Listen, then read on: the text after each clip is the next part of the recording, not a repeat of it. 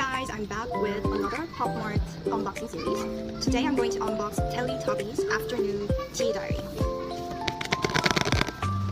I think there are 8 options and 1 secret option.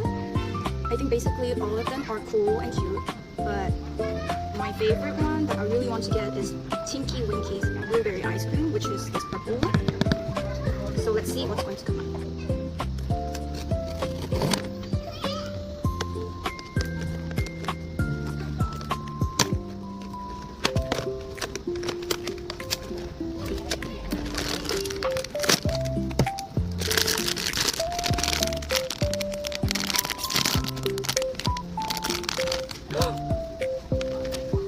Oh my god, look what I got!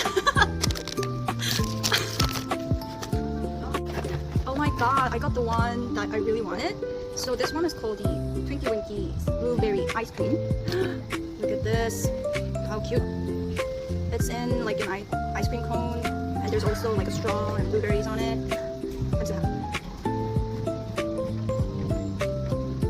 Let me know which one is your favorite.